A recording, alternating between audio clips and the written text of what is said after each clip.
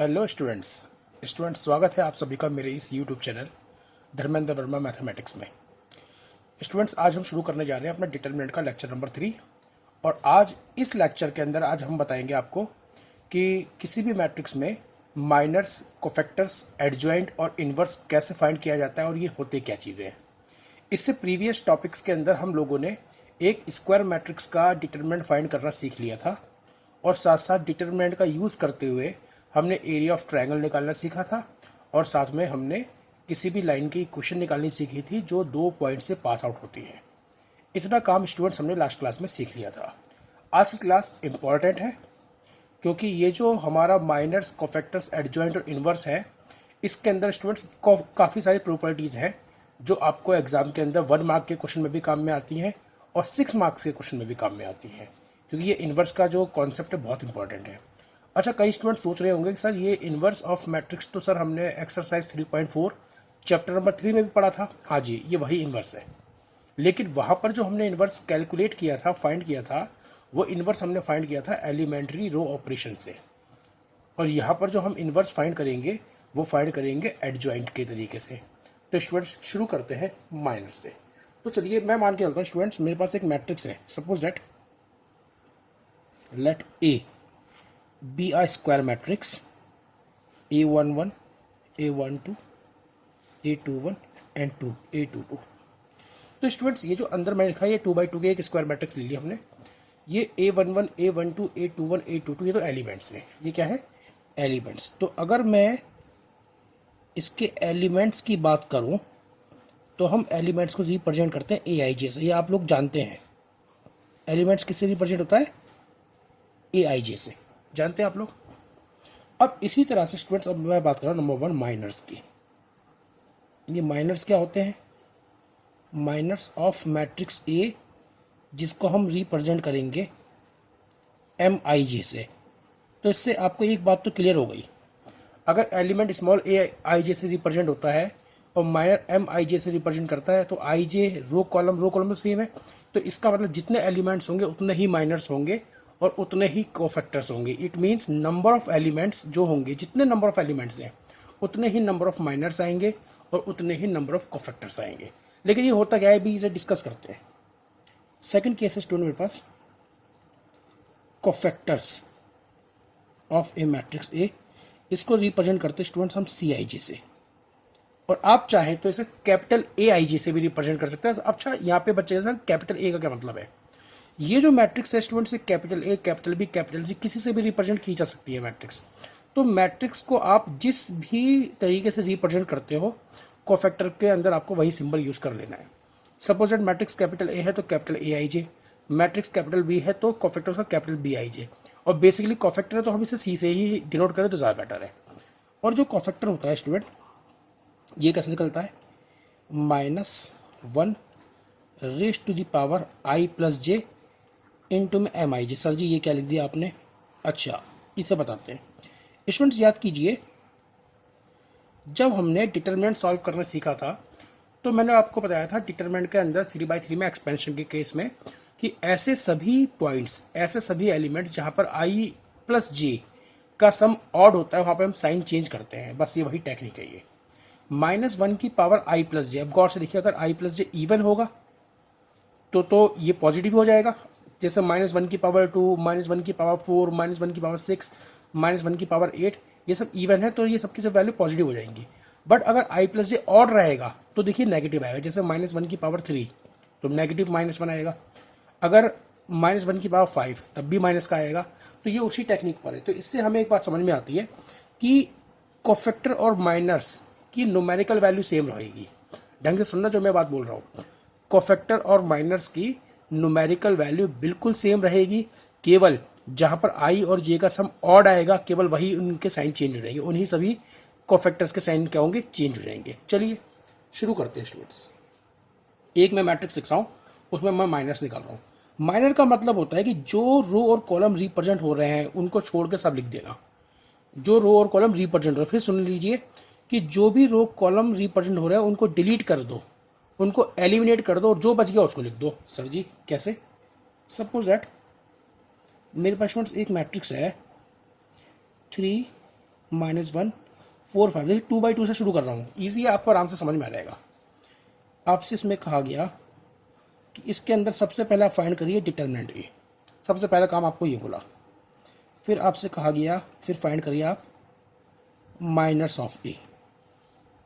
फिर कहा गया आपसे आप फाइंड कीजिए कोफैक्टर्स ऑफ ए। फिर एडजॉइंट ऑफ ए, और फिर ए इनवर्स। देखिए मैंने एक ही मैट्रिक्स में सब कुछ ले लिया, एक ही मैट्रिक्स में स्टूडेंट्स हमने और भी सही कई चीज़ें ले ली। अब ज़रा देखते हैं यहाँ से स्टूडेंट्स, हम सॉल्यूशन लेते हैं और स्टेप बाय स्टेप सॉल्व करते हैं। सपोज दैट ये हमारा पार्ट नंबर 1 है, जो हमें निकालना है डिटर्मिनेंट ए।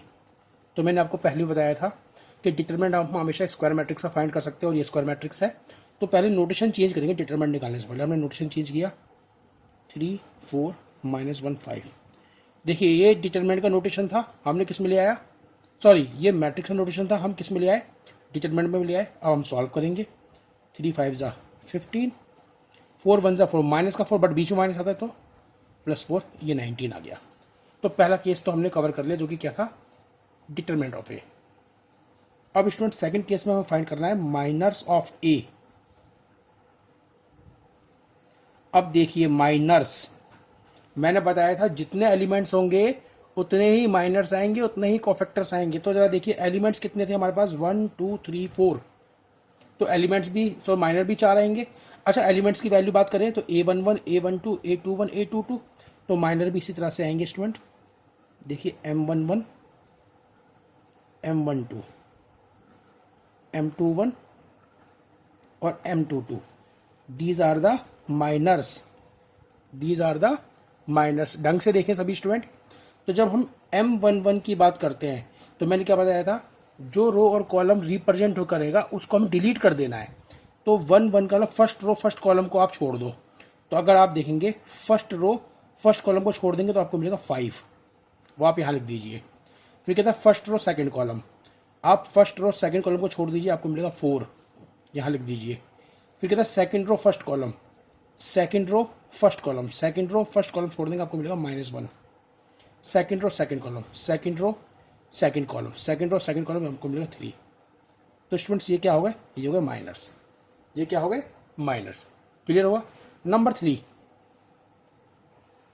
बेटा थोड़ा सा यहीं पे हम स्पेस बनाई कर लेते हैं, क्योंकि बार बार फिर हमें पेपर चेंज करने की जरूरत नहीं पड़ेगी फिर।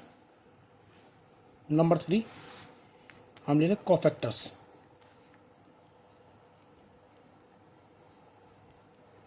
अब मैंने आपको बताया था कि माइनर्स और कोफैक्टर्स की न्यूमेरिकल वैल्यू बिल्कुल सेम है, तो जो न्यूमेरिकल वैल्यू नहीं आएगी वही कोफैक्टर की आएंगे। अब कोफैक्टर के लिए हम C11 C12 C21 और स्टूडेंट C22, लेकिन न्यूमेरिकल वैल्यू हम फिक्स करते हैं बेटा 5, ये -1, ये 4 एंड ये 3।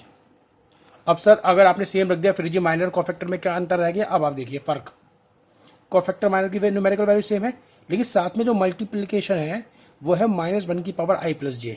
इसका मतलब अगर i + j का सम ऑड है तो हमें साइन चेंज कर देने हैं। तो देखिए 1 और 1 2 इवन है छोड़ देंगे, 1 और 2 3 ऑड है तो साइन चेंज कर देंगे, यानी -4 हो गया ये, 2 1 3 तो साइन चेंज कर देंगे बेटा, +1 हो गया ये, और ये 3 का 3 रह गया। आगे कोफैक्टर्स हो गए स्टूडेंट। नंबर 4 हमें फाइंड करना है एडजॉइंट ऑफ ए। अब बेटा एडजॉइंट का मतलब होता है कि एक ऐसी मैट्रिक्स बनाना जो कोफैक्टर के ट्रांसपोज से बनेगी। कोफैक्टर के ट्रांसपोज, ढंग से सुनो, एक ऐसी मैट्रिक्स जो कोफैक्टर्स के अरेंजमेंट के ट्रांसपोज से बनेगी। तो पहले आप ये कोफैक्टर अरेंज कर दें, C11 C12 C21 C22, और इसका भी क्या कर दें आप ट्रांसपोज कर दें, तो आपको एडजॉइंट मिल जाएगा। तो मिला स्टूडेंट्स आपको 5 -4 1 3, इसका भी आपने कर दिया ट्रांसपोज, तो ये आ गया स्टूडेंट्स 5 -4 1 3। अब ये मत कहना सर ये ट्रांसपोज क्या होता है, ये हमने आपको चैप्टर नंबर 3 में बता रखा है। आगे एडजॉइंट है। अब नंबर 5 जो लास्ट है वो है ए इनवर्स। अब स्टूडेंट्स ए इनवर्स निकालने का जो हमारे पास एडजॉइंट का फॉर्मूला है, एलिमेंट्री ऑपरेशन तो हमने सीख लिया है, उस वजह से हम जानते हैं ए इनवर्स कैसे निकलता है। एडजॉइंट के तरीके से इन्वर्स निकलता है 1 अपॉन डिटर्मिनेंट ए इनटू में एडजॉइंट ऑफ ए। तो जरा बताइए ए इन्वर्स कितना आ गया, 1 बाई डिटर्मिनेंट ए था बेटा 19, तो 1 बाई 19 इंटू में एडजॉइंट है 5 माइनस 4 1 एंड 3, ये हमारे पास स्टूडेंट्स ए इन्वर्स आ गया। समझ में आया आपको? अभी एक क्वेश्चन और लेंगे तब और क्लियर होगा। अब जरा दोबारा से हम इसे देख लेते हैं। यहाँ तक के टॉपिक में हमें सीखने को मिला माइनर क्या होते हैं, कोफैक्टर्स क्या होते हैं, एडजॉइंट क्या होता है, और मैट्रिक्स का इन्वर्स हम कोफैक्टर मेथड से कैसे निकालते हैं। सबसे पहले इंपॉर्टेंट बात यह है कि डिटरमिनेंट निकालना हो या हमें इन्वर्स ऑफ मैट्रिक्स निकालना हो, ये केवल स्क्वायर मैट्रिक्स के साथ पॉसिबल है। याद कीजिए एक्सरसाइज 3.4, तो मैंने आपको बताया था इन्वर्स क्या होता है। मैंने बताया था एक ऐसी मैट्रिक्स जिसको दी गई मैट्रिक्स में मल्टीप्लाई करने से हमें आई मिल जाए, तो एक मैट्रिक्स दूसरे का इन्वर्स बोला जाता है। यानी सपोज दैट ये मैं मैट्रिक्स ए लेके चला था और ये मेरे पास आंसर ए इन्वर्स आ गया। अगर मैं इस मैट्रिक्स को यहाँ पे मल्टीप्लाई कर दूंगा, इस ए को इस ए इन्वर्स में मल्टीप्लाई कर दूंगा, तो जो रिजल्ट आएगा मेरे पास वो आइडेंटिटी मैट्रिक्स आएगा। ये चीज़ें मैं आपको एक्सरसाइज 3.4 के अंदर बता चुका हूँ। एक बार दोबारा से रिपीट इसलिए कर रहा हूँ ताकि आपको रिमाइंड आ जाए, आपको याद आ जाए ये चीज़। अब एक बेटा एक क्वेश्चन और लेते हैं हम इसी का इन्वर्स निकालने वाला। देखिए बेटा पेपर चेंज कर देता हूँ मैं। आइए शुरुआत करते हैं। सपोज दैट एक मैट्रिक्स मेरे पास और है, मैट्रिक्स ए। ये स्टूडेंट्स 1 माइनस 2 3 और 4, और आपसे कहा गया है आप इसमें डायरेक्ट ए इन्वर्स निकालें। अच्छा, अब आपसे कहता है केवल ए इन्वर्स निकालना है, तो ए इन्वर्स निकालने के लिए मुझे किसकी ज़रूरत है? फॉर्मूले के अकॉर्डिंग मुझे ज़रूरत है डिटरमिनेंट ए की, और ज़रूरत है मेरे को एडजॉइंट की, और एडजॉइंट के लिए मुझे ज़रूरत है कोफैक्टर की। तो हम बिना माइनर को फाइंड करे भी कोफैक्टर निकाल सकते हैं, बट क्योंकि अभी आप इसे सीख रहे हो तो मैं आपके सामने माइनर भी निकालूंगा और कोफैक्टर भी निकालूंगा। देखिए सॉल्यूशन देखिए। तो स्टेप नंबर 1 हम फाइंड करेंगे बेटा डिटर्मिनेंट 1 3 माइनस 2 4, 4 1 ज़ा 4 3 2 ज़ा 6, बेटा प्लस 6 कर दिया हमने। समझ में आ गया प्लस 6 क्यों कर दिया? ये 10 आ गया। अब हम फाइंड कर रहे हैं students minors of matrix A M11 M12 M21 M22 1 1। First row first column छोड़ देंगे 4 बच गया, फर्स्ट रो सेकंड कॉलम छोड़ देंगे 3 बच गया, सेकंड रो फर्स्ट कॉलम छोड़ देंगे -2 बच गया, सेकंड छोड़ देंगे 1 बच गया। ये आ गया माइनर्स। अब स्टूडेंट्स ये जो मेरे पास माइनर्स आ गए, इसके बाद कहानी है कोफैक्टर्स की। कोफैक्टर्स की कहानी के लिए C11 C12 C21 C22। मैंने बताया था न्यूमेरिकल वैल्यू सेम रहेगी, साइन चेंज करना है तो पहले आप साइन चेंज करेंगे, वैल्यू बाद में फिल करेंगे। देखिए 1 और 2 3 होता है ऑड है, साइन चेंज। 2 और 1 3 होता है ऑड है, साइन चेंज। इसमें कुछ नहीं करना है, इसमें कुछ नहीं करना, वैल्यू फिल कर देंगे। 4 3 का -3 और -2 का बेटा +2, और स्टूडेंट्स ये 1 आ गया। समझ में आया? आगे कोफैक्टर्स। कोफैक्टर्स के बाद नंबर 4 हमारे पास है स्टूडेंट्स एडजॉइंट ऑफ ए। और एडजॉइंट के लिए हमने क्या बताया आपको? एडजॉइंट के लिए हमने आपको बताया कि आप क्या करेंगे, कोफैक्टर्स को एक मैट्रिक्स की फॉर्म में लिखेंगे और इसका भी ट्रांसपोज कर देंगे। तो स्टूडेंट्स कीजिए इसका ट्रांसपोज, बताइए क्या आ गया। पहले कोफैक्टर्स 4 -3 2 1 का भी ट्रांसपोज। तो स्टूडेंट्स ये जो आपको मिलेगा, ये मिलेगा, थोड़ा सा स्पेस है तो हम यही लिख देते हैं। दिख रहा है स्टूडेंट? ये 4 -3 2 1, ठीक है स्टूडेंट्स, 4 -3 2 1। अब रह गया हमारे पास last point number 5। Last point है स्टूडेंट्स ए इनवर्स। अब ए इनवर्स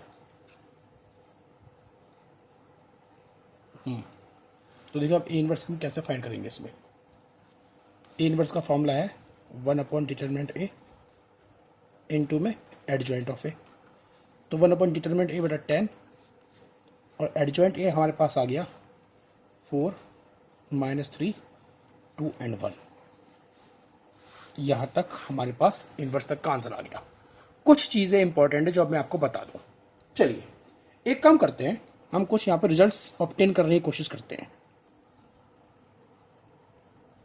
हम एक काम करते हैं, हम इस मैट्रिक्स ए को एक बार ए इनवर्स मैट्रिक्स से मल्टीप्लाई करके देखते हैं।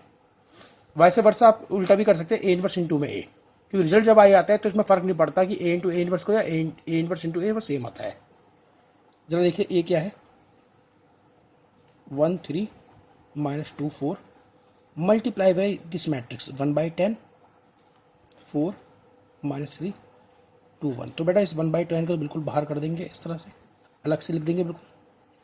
1 3 -2 4 4 -3 2 1 कर दो मल्टीप्लाई। मैट्रिक्स का मल्टीप्लिकेशन आप लोग जानते हो कैसे करते हैं, रो को कॉलम करते हैं, तो 4 1 सा 4 और ये आगे बेटा 6 + 6 ये 2 स्टूडेंट्स कितना, सॉरी 2 2 सा 4, ये 1 2 सा 2 और ये आ गया स्टूडेंट -2 और इसके बाद बेटा ये आ गया 12 3 4 सा 12 और ये भी -12। अब सेकंड रो सेकंड कॉलम कर देंगे, 6 ये आ गया और 4 1 सा 4। तो बेटा मल्टीप्लिकेशन तो हमने अपना मैट्रिक्स में सीख रखा है कैसे करा जाता है। ये 10 0 0 10 और जब आप इस 10 को अंदर मल्टीप्लाई करें तो 1 0 0 1 आगे स्टूडेंट्स आई। तो एक रिजल्ट तो हमें समझ में आया। रिजल्ट नंबर 1 ये समझ में आया कि आप चाहे तो अब यहाँ पे नोट लिख देता हूँ मैं। नोट ये हो गया स्टूडेंट हमारे पास कि a into A inverse is equal to A inverse into A and is equal to I. Clear हो गया ये। एक और रिजल्ट है स्टूडेंट्स, एक वो रिजल्ट और देखते हैं। ये इस रिजल्ट के अकॉर्डिंग चलिए मैं इस पेपर को चेंज करके क्वेश्चन यही रखेंगे हम, बाकी नए पेज से शुरू कर रहे हैं। रिजल्ट नंबर 2 देखिए, अब यह है रिजल्ट नंबर 2। इसमें हम क्या कर रहे हैं, जो हमने एडजॉइंट ए निकाला था उसको हम मैट्रिक्स से मल्टीप्लाई कर रहे हैं, या वैसा वर्षा उल्टा करते हैं कि हम एक मैट्रिक्स ए को इसी के एडजॉइंट वाली मैट्रिक्स से मल्टीप्लाई करते हैं, तो रिजल्ट हमें क्या मिलेगा अब हम वो देखते हैं। चलिए चेक करते हैं। पहले हम बताइए, हमारे पास देखिए मैट्रिक्स ए तो ये था और बेटा एडजॉइंट इसका ये था, ये रहा एडजॉइंट, दिख रहा है सबको। तो देखिए, तो चलिए आप कुछ भी कर लीजिए इसमें। सपोज दैट मैं इसी को ले लेता हूँ मैं कि जी मैं एडजॉइंट ए को ए में मल्टीप्लाई करता हूँ, तो एडजॉइंट ए की मैट्रिक्स कहाँ आती देखिए, एडजॉइंट ए की मैट्रिक्स थी 4 -3 2 1, दिख रहा है 4 -3 2 1, तो 4 -3 ये कॉलम के अकॉर्डिंग बोल रहा हूँ बेटा मैं। और जो मैट्रिक्स ए थी हमारे पास, मैट्रिक्स ए क्या थी 1 3 -2 4 1 3 -2 4। अब क्या मिलेगा, ये रो कॉलम है, 4 1 सा 4 2 3 सा 6 मिल गया, और 4 2 सा 8 और ये बेटा प्लस का 8, 3 1 सा 3 और ये प्लस का 3 और ये -2 माइनस का 6, सॉरी ये सेकंड रो, ये प्लस का 6 हो गया स्टूडेंट, +6 और +4, ये मिला आपको 10 0 0 10। सर जी ये 10 क्या था, गौर से देखिए जरा, मैं दोबारा बता दूं आपको। ये देखिए पुराने पेपर, डिटरमिनेंट ए 10 था, डिटरमिनेंट क्या था 10, और यहाँ पे तो क्या मैं इसको ऐसे नहीं लिख सकता स्टूडेंट, डिटरमिनेंट ए 0 0 और डिटरमिनेंट ए लिख सकता हूँ। तो एक ये रिजल्ट आ गया कि अगर मैं एडजॉइंट ए को ए में मल्टीप्लाई करूँ या ए को एडजॉइंट ए में मल्टीप्लाई करूँ तो एक मैट्रिक्स तैयार होती है, और जो वो मैट्रिक्स तैयार होती है वो होती है डिटरमिनेंट ए 0 0 डिटरमिनेंट ए। समझ लेना स्टूडेंट्स इसे ढंग से, क्योंकि इसके बेसिस पर ये होती है आइडेंटिटीज, इनके बेसिस पर 1 मार्क के क्वेश्चन आपके पेपर में पूछे जाते हैं। क्लियर है। अभी तक हमने स्टूडेंट 2 तरह के रिजल्ट ये देख लिए, एक रिजल्ट और होता है। आइए रिजल्ट नंबर 3 की बात कर लेते हैं आप।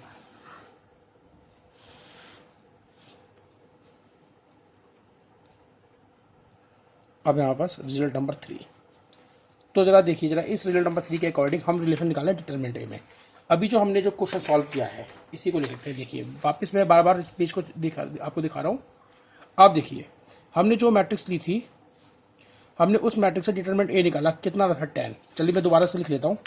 ये हमारी जो मैट्रिक्स ए थी 1 3 -2 4, जब हमने इसको सॉल्व किया था तो डिटरमिनेंट ए तो 10 आ रहा था स्टूडेंट। और इससे जो एडजॉइंट ए वाली मैट्रिक्स आ रही थी बेटा, एडजॉइंट ए वाली मैट्रिक्स आ रही थी ये 4 -3 2 1, ये मैट्रिक्स 4 -3 2 1। अब आइए कुछ और चीज मेरे को कुछ समझानी है। मैट्रिक्स ए ये रहा, मैट्रिक्स ए का एडजॉइंट वाली मैट्रिक्स ये रही और डिटरमिनेंट ये है। अब जो एडजॉइंट ए के जो मैट्रिक्स आई है, मैं इसका भी डिटरमिनेंट निकालता हूँ। मैं कर क्या रहा हूँ, मैं निकाल रहा हूँ स्टूडेंट्स एडजॉइंट ए का भी डिटरमिनेंट, क्योंकि ये तो मैट्रिक्स है। तो 4 -3 2 1। जरा बताइए कितना आ गया ये आ गया 4 1 4 और बेटा प्लस का 6, 3 2 6, कितना आ गया स्टूडेंट ये आ गया 10। ये क्या आ गया 10। तो अब स्टूडेंट यहाँ पर अब हमारे पास एक रिजल्ट है। वो रिजल्ट क्या है, रिजल्ट ये है कि अगर मुझे नोट एडजॉइंट ए का डिटरमिनेंट निकालना हो तो ये वैल्यू आती है determinant A raise to the power n-1। Sir ji n क्या है, n हो गया इसका ऑर्डर, n क्या हो गया ऑर्डर। अब जरा इसमें बताइए ऑर्डर क्या था इसका 2, ऑर्डर क्या था 2। तो अगर मैं 10 की पावर कर दूं 2 - 1, तो 10 के बाद 2 - 1 कितना हो गया, 10 के बाद 1 तो 10 आ गया। तो देखिए एडजॉइंट का डिटरमिनेंट भी 10 आ गया। तो ये कुछ जो रिजल्ट है ये बहुत इंपॉर्टेंट रिजल्ट है। ये मैं आपको बार बार बता रहा हूँ, एक एक नंबर के क्वेश्चन बेटा इसमें पेपर में पूछे जाते हैं इन तीनों रिजल्ट के बेस पे। अभी और भी रिजल्ट आएंगे आगे, कुछ रिजल्ट इनवर्स के बेसिस पे आएंगे, वो हम आपको आगे प्रूव कराएंगे। अब यही चीज मैं आपको मैट्रिक्स 3x3 में लेके चलता हूँ कि 3x3 में ये सब कुछ कैसे फाइंड किया जाता है। आइए, ये तो बेटा हमने 2x2 में निकालना सीखा है। हम 3x3 का कोई क्वेश्चन ले लेते हैं, वो देखते हैं। आपसे कहा गया है find determinant A minus of A cofactors of A adjoint of A and A inverse if matrix A is 1 2 3 -2 1 4 1 2 -1। देखिए ये एक आपको मैट्रिक्स दे रखा है और आपको इस मैट्रिक्स में जो जो चीज़ें हमें बोल रखी है ये सब कुछ फाइंड करना है। अब आप कैसे फाइंड करेंगे जरा वो देखिए। सॉल्यूशन शुरू करते हैं स्टूडेंट। तो पार्ट नंबर 1 हम निकाले डिटरमिनेंट ए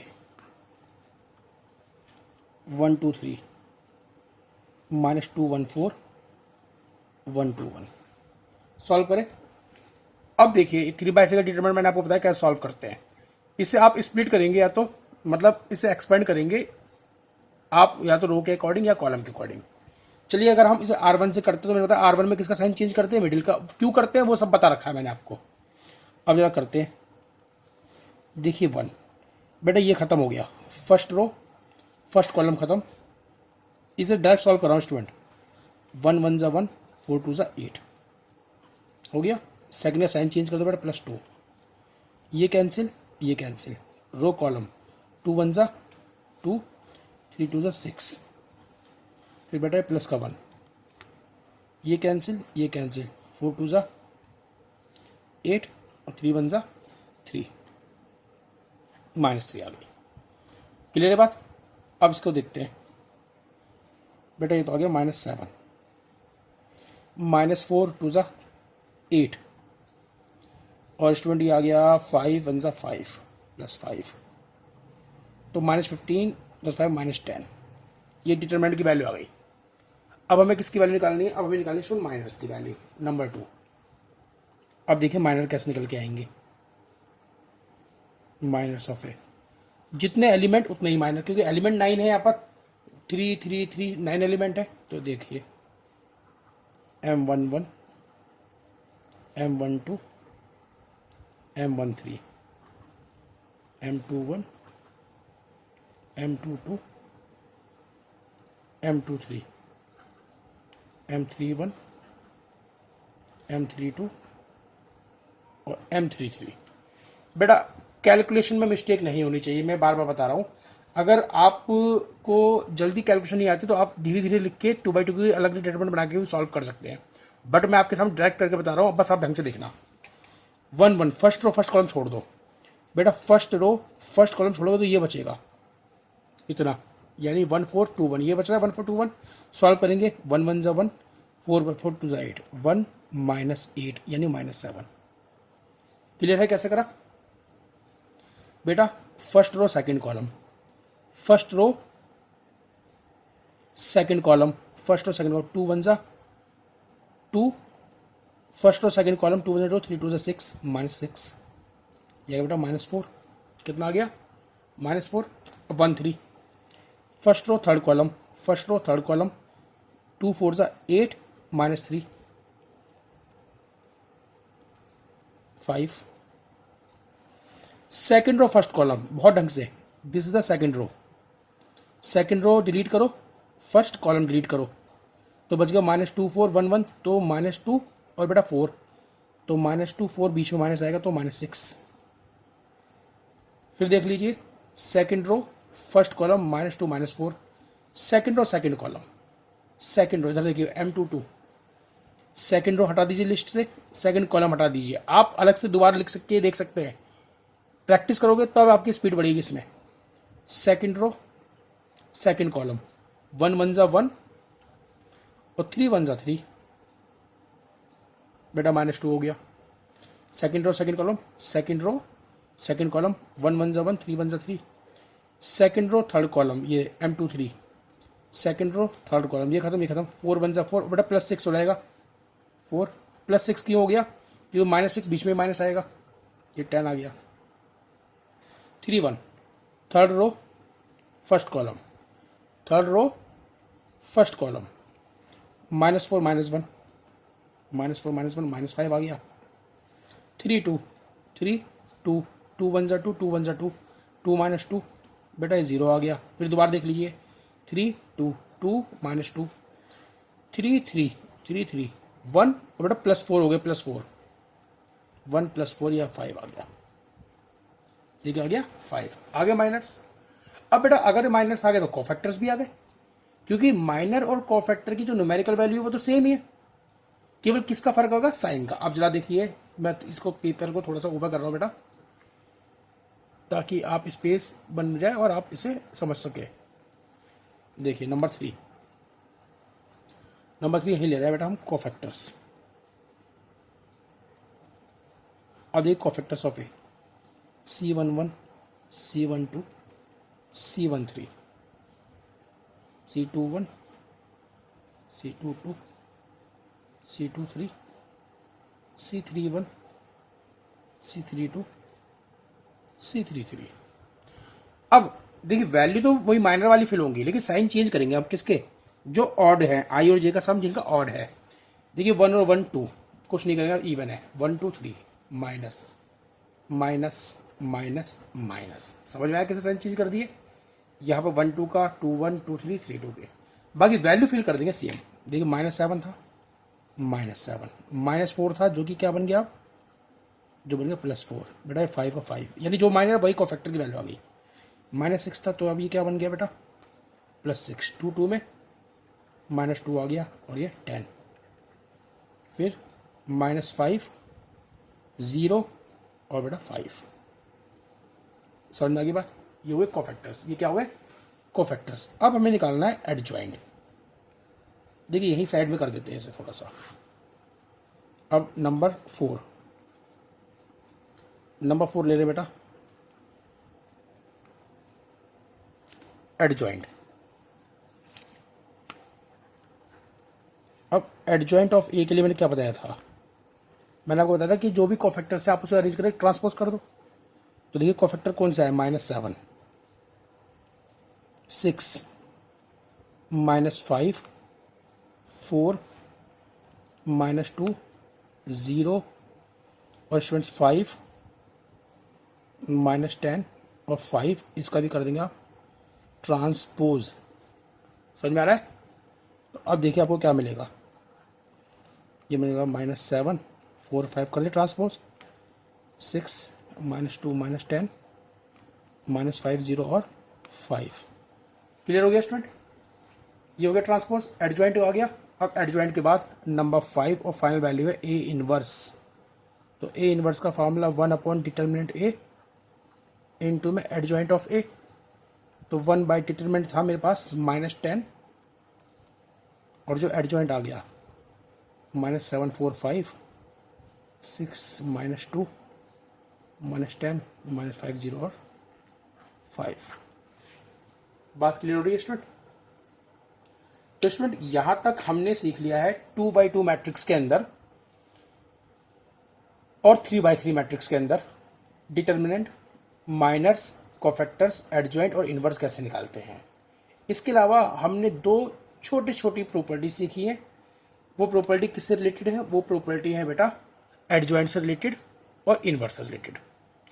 और अब हम सीखने जा रहे हैं कुछ नई चीज कि ऐसी मैट्रिक्स के बारे में सीखेंगे जो नॉन इन्वर्टिबल हैं, यानी जिनका इनवर्स निकल ही नहीं सकता। अब इसके लिए आपको थोड़ा सा समझना पड़ेगा इनवर्स का फॉर्मूला मैंने क्या बताया है। मैंने बताया कि ए इनवर्स निकालने के लिए आपको एडजॉइंट वाली मैट्रिक्स को डिवाइड करना पड़ता है डिटरमिनेंट से। समझ में आया? तो यानी डिटरमिनेंट तो बटे में है, डिटरमिनेंट तो डिवाइड में है। मान के चलिए कोई ऐसी मैट्रिक्स आपके सामने आ जाए जिसमें डिटरमिनेंट 0 आ जाए, और हम जानते हैं किसी भी वैल्यू को जब हम 0 से डिवाइड करते हैं तो वो नॉट डिफाइंड बन जाता है। वो क्या बन जाता है? नॉट डिफाइंड बन जाता है। तो अगर मैं एडजॉइंट ए वाली मैट्रिक्स को 0 से डिवाइड करूंगा ये तो नॉट डिफाइंड वाले के केस में पहुंच जाएगा। समझ में आया? कि सभी क्या बन जाएगा, -7/0, 4/0, 5/0 सब ऐसे बन जाएगा अगर ये 0 हो गया तो इसका मतलब ऐसी स्क्वायर मैट्रिक्स, ढंग से सुनिए मेरी बात, a square matrix whose determinant is 0, a square matrix whose determinant is 0 is called a singular matrix और नॉन इन्वर्टिबल मैट्रिक्स। चलिए बेटा पेपर चेंज कर देता हूं मैं और मैं आपको लिखवाता हूं यहां पर आप इसके बारे में।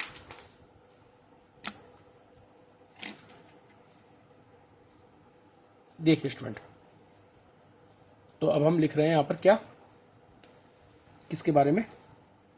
हम लिख रहे हैं यहां पर singular matrix, also known as non invertible matrix. Singular या फिर नॉन इन्वर्टिबल कौन सी मैट्रिक्स है? A square matrix whose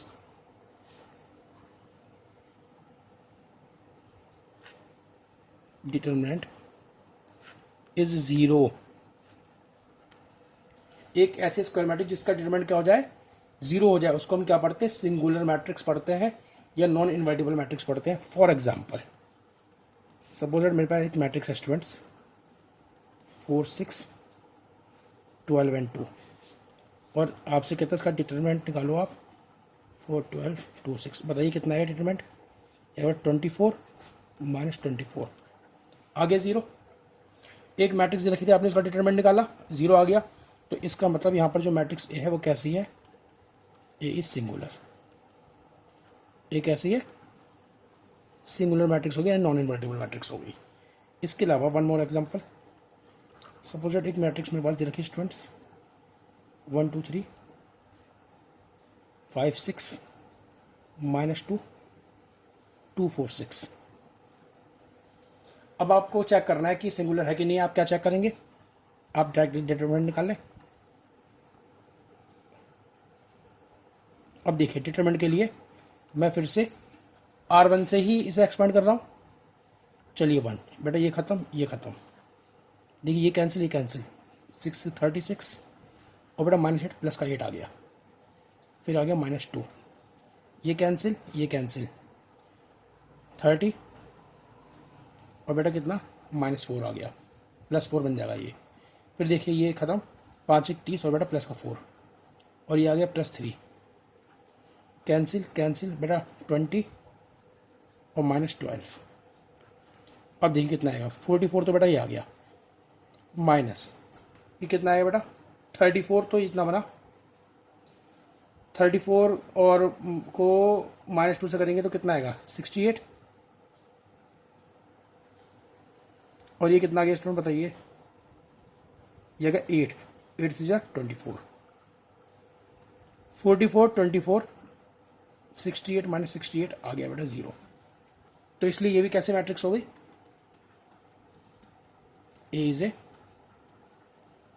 singular matrix. तो बेटा ये जो मैट्रिक्स है आप इसमें इन्वर्स नहीं निकाल सकते, आप इन मैट्रिक्स में इन्वर्स नहीं निकाल सकते। अच्छा स्टूडेंट, अब यहाँ पर है ना एक क्वेश्चन बन जाता है कई बार जो एग्जाम के अंदर 1 मार्क में 2 मार्क में बनता है, मैट्रिक्स आपको है ना इनकम्प्लीट देता है। सपोज दैट इस मैट्रिक्स में कहीं कुछ मिसिंग कर दिया, सपोज ये मिस कर दिया, के बोल दिया के, और कहता है सिंगुलर मैट्रिक्स से कांस्टेंट निकालना है, के निकालना है।